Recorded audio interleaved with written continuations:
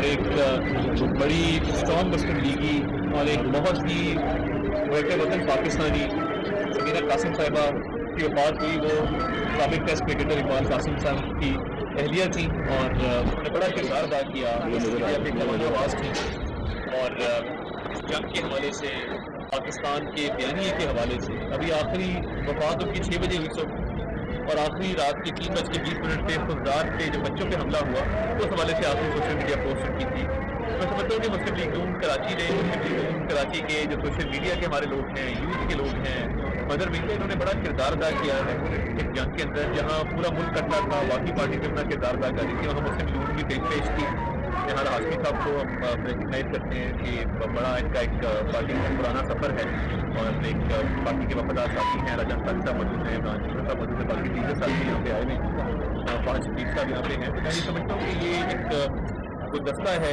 ہمارا مسلم لیگ کا کراچی کا اور ہماری ایک ساتھی یہاں سے چلی گئی سمیرہ قاسم صاحبہ، اس کا دکھ رہے گا اور آج ان کے خاندان کے ساتھ تعزیت کے لیے پہنچے تھے. تو اللہ تعالیٰ کو بڑی رحمت کریں اور ان کی خدمات کے اعتراف میں تو خراج تحسین پیش کرنے کے لیے جہاں کے بعد شریف صاحب اب روانہ ہو رہے ہیں دوست ملکوں میں اور انشاءاللہ ان کو ایک اچھا ویلکم دیا جائے گا. ترکی جائیں گے اور ترکی نے جو پاکستان کا ساتھ دیا اس پوری جنگ کے اندر میں سمجھتا ہوں بڑا مثالی ہے. اور ترکی کے صدر رجب طیب اردوغان پاکستان کی ایک بہت ہی ہر دل عزیز شخصیت ہیں، پاکستان کے دوست ہیں، ان کا بڑا کردار رہا ہے. آذربائیجان جائیں گے، وہاں پہ آپ نے دیکھا کہ باکو کی سڑکوں کے اوپر جشن منایا گیا پاکستان کی فتح کا. اسی طرح ایران جائیں گے، ایران کا بڑا کردار رہا ہے اس پوری جنگ کے اندر. تو میں یہ سمجھتا ہوں کہ یہ ہماری جو قسمتی ہے کہ بین الاقوامی سطح پہ پاکستان کے ایسے لوگ میسر ہیں جنہوں نے جنگ میں حد تک کی جو ایک ہمارا ایک نیریٹو تھا اس کا ساتھ کیا. اور دیکھیے بھارت کے پاس سیل کرنے کو کچھ نہیں تھا، بھارت کے پاس بات کرنے کو کچھ نہیں تھی. ہم نے تو پہلگام کے واقعے کی تحقیقات کا بھی کہہ دیا. تو اللہ تعالیٰ نے جو ایک شاندار فتح جس سے ہمیں نوازا ہے، میں سمجھتا ہوں کہ وزیر اعظم شہباز شریف صاحب کا، جناب فیلڈ مارشل سید آصف منیر صاحب کا، تمام آرم فورسز کا، ایئر چیف کا، نیول چیف کا، ہمارے جوانوں کا، افسروں کا، ہماری قوم کا، ہمارے میڈیا ہاؤسز کا، اینکرز کا، ہمارے سوشل میڈیا واریئرز کا، جین جی کا، سب کا بڑا کردار رہا ہے. اور دنیا نے اس کو اعتراف کیا کہ الحمدللہ نیریٹو کی وار میں پاکستان آگے تھا، ڈپلومیٹک وار میں پاکستان آگے تھا اور پاکستان نے اس خطے میں اپنی عسکری برتری جو ہے وہ واضح کرتی ہے دنیا کے اوپر. ایک ملٹری ڈومیننس جو ہے پاکستان نے چیلنج کیا اللہ تعالیٰ کے فضل سے. میں سمجھتا ہوں کہ بھارت جو ہے وہ بالکل بیک فٹ کے اوپر ہے اور ان کے میں فارن منسٹر کو دیکھ رہا تھا، ان سے بات نہیں ہو رہی. تو یہ اللہ تعالیٰ نوازتا ہے لوگوں کو جو حد تک کے ہوتے ہیں اور جو اس کی رسی کو مضبوطی سے تھامے رکھتے ہیں.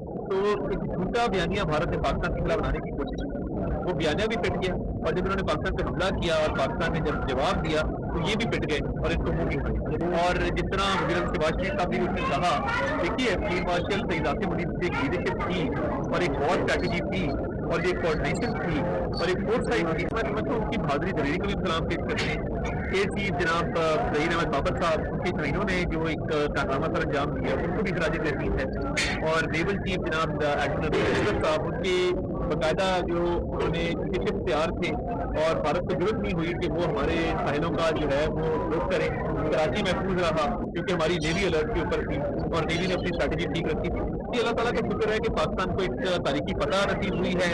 بھارت کے جہاز بھی گرے ہیں، اس کے ملٹری انسٹالیشن کو بھی جو ہے وہ نقصان ہوا ہے اور اس کا بیانیہ بھی نہیں بک رہا. اب بھارت جو ہے وہ بیک